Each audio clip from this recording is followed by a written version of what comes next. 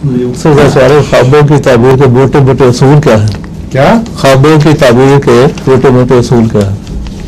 خواب کی تعبیر جو ہے اول تو یہ کہ اللہ تعالیٰ کی طرف سے یہ فن سکھایا جاتا ہے. در حقیقت حضرت یوسف علیہ السلام تعبیر میں ایک درجہ کمال رکھنے والے نبی کے طور پر شہرت پا گئے ہیں. لیکن جب تک خدا نے سکھایا اپنی خواب کا بھی نہیں پتہ چلا. نبی باپ نے سمجھایا کہ اس خواب کو لوگوں کے سامنے بیان کرنا بھائیوں کو تو نقصان پہنچے گا. تو کہاں یہ حالت کہ اپنی خواب کا بھی کچھ پتہ نہیں, کہاں جب خدا فرماتا ہے کہ ہم نے سکھایا اس کو علم تعبیر, اس کے بعد وہ کائے پلٹ گئی ہے. تو بہت سے ایسے دماغ ہیں جو خدا تعالیٰ خواب کی تعبیر کے لیے تیار کرتا ہے, اور اس میں بعض دفعہ دماغ کی بناوٹ کی ودیت ہوتی ہے. یعنی صرف کسی انعام خاص کے طور پر, ایک مذہبی روحانی انعام کے طور پر نہ بھی ہو, تو جس طرح ہر انسان کی صلاحیتیں الگ الگ ہیں, بعض چیزیں بعد میں زیادہ چمکتی ہیں, اسی طرح رویا کا فہم بھی ان صلاحیتوں میں سے ایک ہے جو بعض انسانوں میں زیادہ پائی جاتی ہیں, بعض میں کم پائی جاتی ہیں. کسی کی بازو مضبوط, کسی کی ٹانگیں, کسی کے دماغ, کسی کا کچھ. تو دماغ کے وہ حصے جو رویا سے تعلق رکھتے ہیں وہ بعض لوگوں میں نے دیکھا وہ روشن ہوتے ہیں. لوگ جو اپنی خوابوں میں جو لکھتے ہیں کثرت سے, کئی تعبیریں بھی لکھتے ہیں, اور بہت سے ایسے ہیں جن کو کچھ نہیں پتہ چلتا تعبیر کا, لیکن بعض ایسی حیرت انگیز طور پر صحیح تعبیر کرتے ہیں کہ آدمی حیران رہ جاتا ہے. ایک تو یہ ہے کہ اللہ کی طرف سے خصوصی علم دیا جائے, دوسرا فطرت میں یہ نور ودیت ہو چکا ہو, بس یہ بناوٹ سے نہیں بنے گی. ان دو باتوں کے علاوہ جو تعلیم کے ذریعے اپنی صلاحیتوں کو ترقی دینا ہے, اس کے متعلق مختلف اصول ہیں جن کو پیش نظر رکھنا چاہیے. پہلی بات یہ کہ نفس کی خوابیں بھی بکثرت آتی ہیں, اور اکثر انسانوں کو نفسانی خوابیں ہی آتی ہیں. اس لیے نفسانی خوابوں اور غیر نفسانی خوابوں میں کوئی تمیز ہونی ضروری ہے. وہ تمیز جو ہے ایک تو ان کی ادائیں بتا دیتی ہیں. جس شخص کو خواب آتی ہے یا کوئی اللہ تعالیٰ رویا دکھاتا ہے, اس کو حیرت ہوتی ہے کہ بعض ایسی باتیں ہیں جو میرے ذہن میں کسی گوشے میں بھی نہیں آ سکتی تھیں, اور وہ پیدا ہو گئی ہیں. جو نفسیاتی تعبیر کرنے والا ہے وہ یہ کہہ سکتا ہے کہ اس کے سب کانشیس میں یعنی لاشعور میں یہ باتیں موجود تھیں جو اس نے اچھالی ہیں, اور اس کے نتیجے میں اس نے دیکھا, اس لیے الہی خواب کوئی نہیں. بعض اچنبا خوابیں بھی آ جاتی ہیں کیونکہ انسان کو خود اپنے لاشعور کا پورا علم نہیں. یہ بھی ممکن ہے, اور یہ بھی ممکن ہے کہ لاشعور میں بہت سی دبی ہوئی چیزوں کو خدا تعالیٰ اپنے تصرف میں لائے اور ایک پیغام کا ذریعہ بنائے. یہ بات بھی ممکن ہے, اور یہ دوسری بات بھی ہوتی ہے اور پہلی بھی ہو جایا کرتی ہے. اس لیے اب ان بخاروں میں فرق کیسا ہوگا؟ ان میں ایک بنیادی بات یاد رکھنے کے لائق ہے کہ جو لوگ جھوٹے ہوں اکثر ان کی خوابیں جھوٹی ہوتی ہیں. جو لوگ سچے ہوں وہ جھوٹی خوابیں بناتے ہیں, نہ ان کی خوابوں میں جھوٹ کا عنصر ملتا ہے. تو انسان کی اپنی پاکیزگی, اس کی اپنی صفائی بہت حد تک تعبیر پر اثر انداز ہوگی. ایک سچا آدمی بعض دفعہ ایک ایسی خوفناک خواب دیکھ لیتا ہے کہ جو وہ سمجھتا ہے کہ میں تو برباد ہو گیا, یہ کیا ہو گیا میرے ساتھ. اور ایک تعبیر کرنے والا جب اس کی تعبیر کرتا ہے تو وہ تعبیر اس کے مرتبے کو اور زیادہ بڑھا دیتی ہے. اور ایک جھوٹا آدمی اپنے متعلق بڑی بڑی بزرگانہ خوابیں بھی دیکھ لیتا ہے کہ میں تو بخشا گیا, میں تو جنت میں جاؤں گا. کوئی مسیحیت کا دعویٰ ادا کر ہو جاتا ہے, کوئی اور دعویٰ کر بیٹھتا ہے.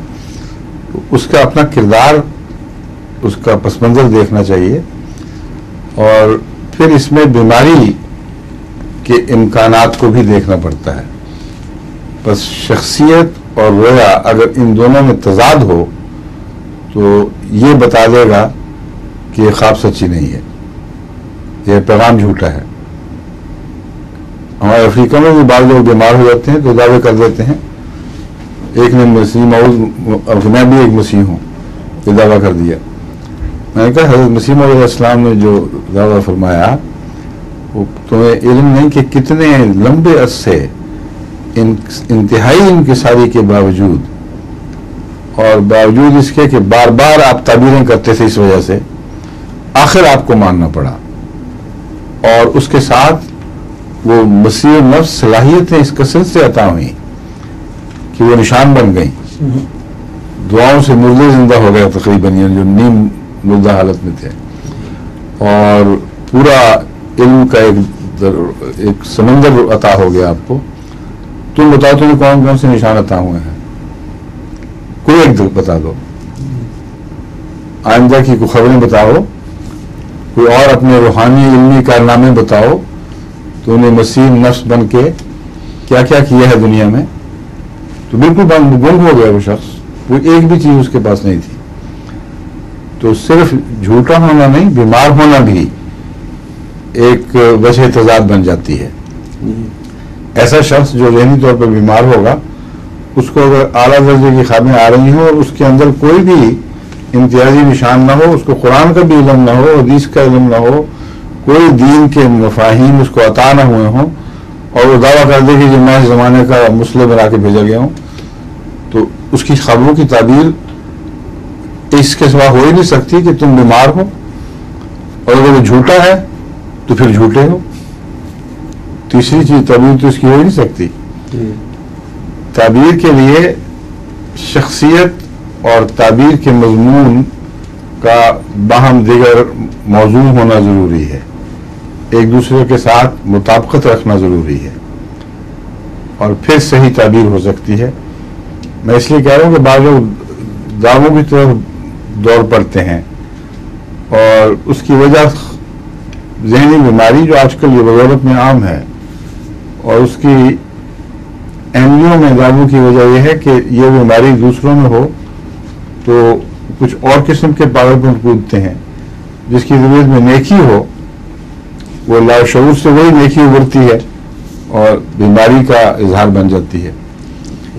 لیکن جو خدا تعالیٰ رویا دکھاتا ہے اس میں کچھ گھنڈیاں ہوتی ہیں، اور بسا اوقات رویا دیکھنے والے کو اس گھنڈی کی سمجھ نہیں آتی۔ جس طرح حضرت یوسف نے بڑی سادگی سے اپنے باپ سے پوچھا کہ میں نے دیکھا یہ میرے چاند ستارے میں سجدہ کر رہے ہیں، حالانکہ آپ کے مزاج میں یہ بات تھی نہیں، وہم و گمان بھی نہیں تھا، تو خود گھنڈی کی سمجھ نہیں آئی کہ کیا بات ہے۔ پھر وہ اہل علم سے پوچھتے ہیں، اور اس میں خود جاہل ہونا ضروری نہیں ہے، بعض دفعہ بڑے بڑے اہل علم اپنے متعلق رویا کو چونکہ نفس نے نہیں بنائی ہوتی اور خدا تعالیٰ نے تصرف کیا ہوتا ہے، پورا سمجھ نہیں سکتے۔ اس لیے حضرت امام ابو حنیفہ کی رویا جو ہے مثلا، وہ قبر کھود کے ہڈیوں حضرت صلی اللہ علیہ وسلم کی ہڈیوں میں سے بعضوں کو پسند کرنا، بعضوں کو ناپسند کر کے پھینک دینا، ان کی زندگی میں تو زلزلہ طاری ہو گئے ڈر کے مارے کہ یہ میں کیا کر گیا ہوں، اور کیا میری حالت ایسی ہے۔ اس پر ابن سیرین تھے یا کون تھے مجھے یاد نہیں، ابن سیرین ہی تھے جنہوں نے اس رویا کی تعبیر کی، وہ مشہور تھے تعبیر میں کہ یہ تو مبارک ہو، تم تو فقیہ ہو، اللہ نے تمہیں علم عطا فرمایا ہے، رسول اللہ صلی اللہ علیہ وسلم کی طرف جو سچی باتیں منسوب ہوں گی ان سے استنباط کرو گے، اور جو جھوٹی باتیں منسوب ہوگی ان کو رد کر دیا کرو گے۔ تو کتنی عظیم شان تعبیر نکلی ہے۔ ابن سیرین معبرین میں سے آپ کے نقطہ نظر سے غالباً زیادہ مطالعہ کے لائق ہیں، کیونکہ اگر آپ نے مکینیکلی سیکھنا ہو کوئی طریقہ، باقی باتیں میں نے بیان کر دیں، ان میں سے ایک اور بات بھی بیان کرنے والی ہے کہ تعبیر پھر اپنے ساتھ کوئی نشان بھی رکھا کرتی ہے، اور وہ نشان جو ہے وہ بعد میں پورا ہو کر ثابت کرتا ہے کہ رویا بھی سچی تھی، تعبیر بھی سچی تھی۔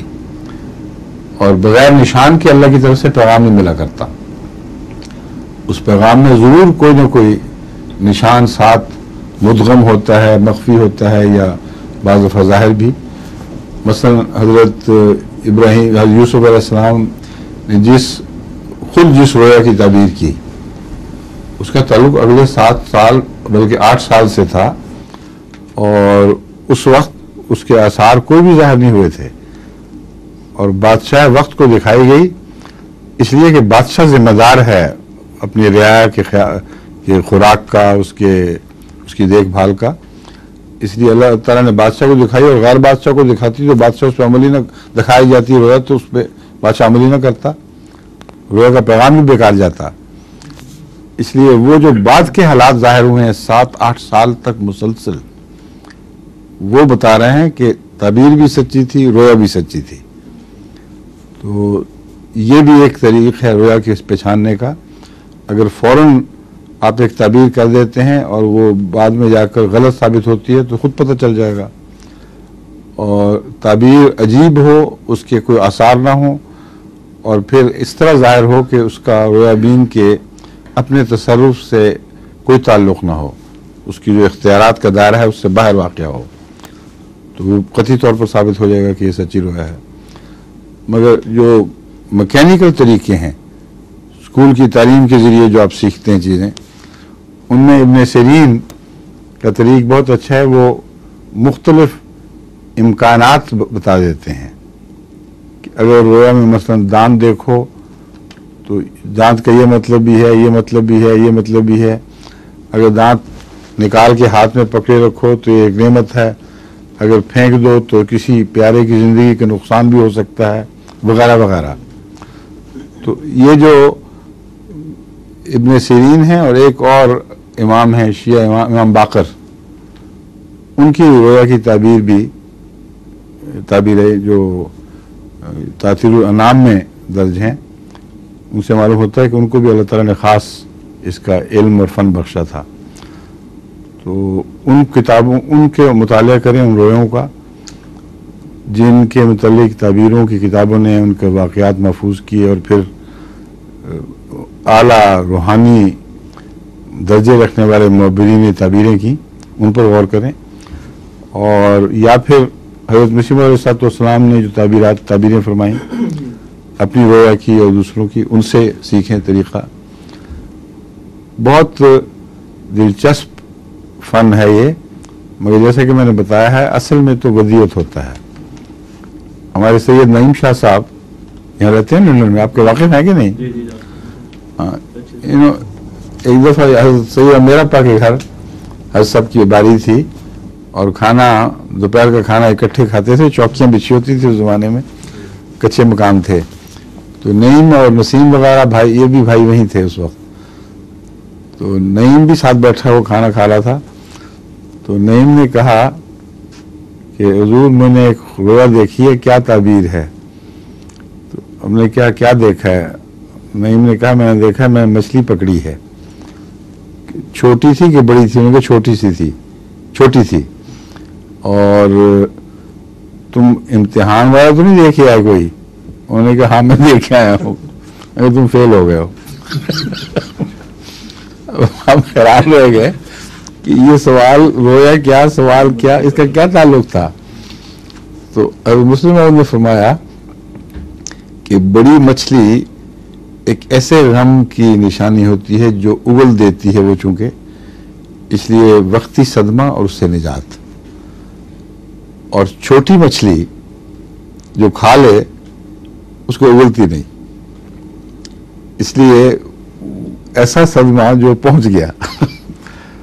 اور مچھلی اس کے علاوہ نعمتوں کی بھی تعبیر ہے، مگر حالات کے مطابق ہوگا. اسی لیے آپ نے یہ سوال کیا پہلے اس سے کہ تم کو امتحان وغیرہ تو نہیں دے کے آئے؟ انہوں نے کہا ہاتھ میں کہا پھر تم فیل ہو. اور واقعی پھر فیل ہو گیا، حالانکہ خود بڑے خوش فہمی میں تھا کہ بڑے اچھا میرے پرچے ہوئے، اچھے پرچے ہوئے ہیں.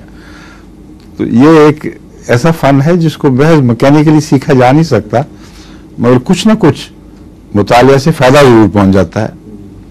اب مچھلی میں فوائد بھی ہیں، روحانی علامت بھی ہے. جب